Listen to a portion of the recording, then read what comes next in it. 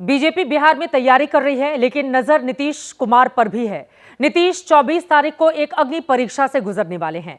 मामला यह है कि वक्फ बिल के खिलाफ जमीयत ने नीतीश को पटना सम्मेलन में आने का न्योता दे दिया है। अब देखना यह होगा कि नीतीश मौलाना मदनी का न्योता कबूल करेंगे या नहीं। करेंगे तो बीजेपी पर क्या बीतेगी।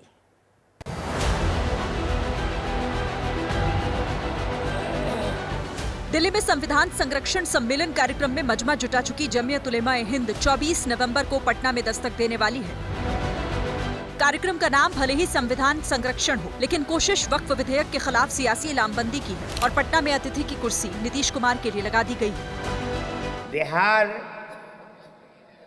और चंद्रबाबू नायडू, मैं उनको दावत दूं और वो जमीयत उलेमा-ए-हिंद की दावत को कबूल करें। जमीयत का ये न्योता नीतीश को ऐसे वक्त में मिला है जब बिहार में अगले साल चुनाव है। नीतीश बीजेपी के साथ ही सियासी रिश्ते निभाने की कसम खा चुके हैं और अगर जमीयत के मंच पर नीतीश ने हाजिरी लगाई तो बीजेपी से नाराजगी स्वाभाविक है और शामिल नहीं हुई तो मुस्लिम वोट के छिटकने का डर। जमीयत उलेमा-ए-हिंद ने रणनीति के तहत नीतीश कुमार को दो राहे पर लाकर खड़ा किया है। पटना में नीतीश को तो न्योता भेजा है, लेकिन लालू यादव को निमंत्रण नहीं भेजा। केंद्र में बीजेपी के पास बहुमत नहीं है।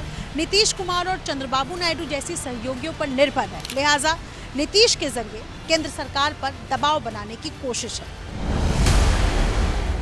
जमीयत उलेमा सिर्फ नीतीश ही नहीं चंद्रबाबू नायडू पर भी डोरे डाल रही है। दिल्ली में जमीयत के जलसे के दौरान ही मदनी ने साफ कर दिया था कि अगला पड़ाव बिहार और आंध्र प्रदेश होगा। मौलाना अरशद मदनी ने मंच से ही नीतीश और चंद्रबाबू को वक्फ विधेयक पर धर्मनिरपेक्षता का प्रमाण देने को कहा। अपने दो इत्तेहादियों की बैसाखी के ऊपर बीजेपी गवर्नमेंट बैठी है, उनमें बड़ी मजबूत बैसाखी चंद्रबाबू की है और एक बिहार के अंदर है। मैंने दावतनामा भेजा। 24 तारीख को पटना में जमीयत का जलसा है तो 25 नवंबर को शीतकालीन सत्र शुरू होगा। मॉनसून सत्र में केंद्र सरकार ने वक्फ विधेयक पेश किया था, लेकिन विरोध प्रदर्शन के बाद ड्राफ्ट जेपीसी को भेज दिया।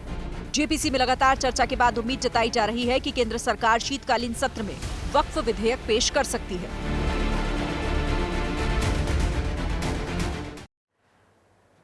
अब आपको लेकर आते हैं राजधानी दिल्ली, जहां पर विधानसभा चुनाव में इस बार रेवड़ी की धूम है। आम आदमी पार्टी के प्रमुख अरविंद केजरीवाल ने आज रेवड़ी पर चर्चा लॉन्च कर इसकी शुरुआत कर दी है। आम आदमी पार्टी की रेवड़ियों में उन्हीं योजनाओं को दोहराया गया है जो पहले से ही चली आ रही हैं, लेकिन इस बार महिला वोटरों को लुभाने के मकसद से महिलाओं को हर महीने 1000 रुपए देने की बात भी कही गई है।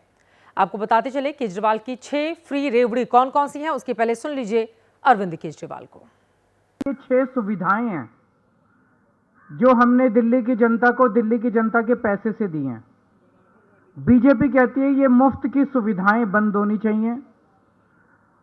प्रधानमंत्री जी कहते हैं ये 6 की 6 सुविधाएं बंद होनी चाहिए। बीजेपी अगर आ गई तो ये 6 सुविधाएं बंद कर देगी। बीजेपी की 20 राज्यों में सरकार है। इन 20 राज्यों में से एक भी राज्य में एक भी रेवड़ी जो हम दिल्ली में दे रहे हैं वो नहीं है। तो जिन 20 राज्यों में जब नहीं है तो यहां भी नहीं देंगे, यहां भी बंद करेंगे। जाहिर तौर पे उनका कमिटमेंट है कि ये नहीं होना चाहिए। अब जानिए केजरीवाल की 6 फ्री रेवड़ी में कौन कौन सी रेवड़ी हैं। पहला है फ्री बिजली, नो पावर कट। दूसरी मुफ्त पानी। तीसरी महिलाओं के लिए मुफ्त बस यात्रा। चौथी मुफ्त शिक्षा। पांचवी है मुफ्त दवा और इलाज की व्यवस्था। छठी बुजुर्गों के लिए तीर्थ यात्रा। इन 6 रेवड़ियों में से ज्यादातर तो अभी बट ही रही हैं, लेकिन इन 6 से अलग एक 7वीं रेवड़ी भी है और वह है महिलाओं को हर महीने 1000 देने का वादा। यह वादा इसलिए अहम है क्योंकि इसी तरह के वायदे के दम पर बीजेपी मध्य प्रदेश, छत्तीसगढ़ जैसे राज्य में जीत हासिल कर चुकी है।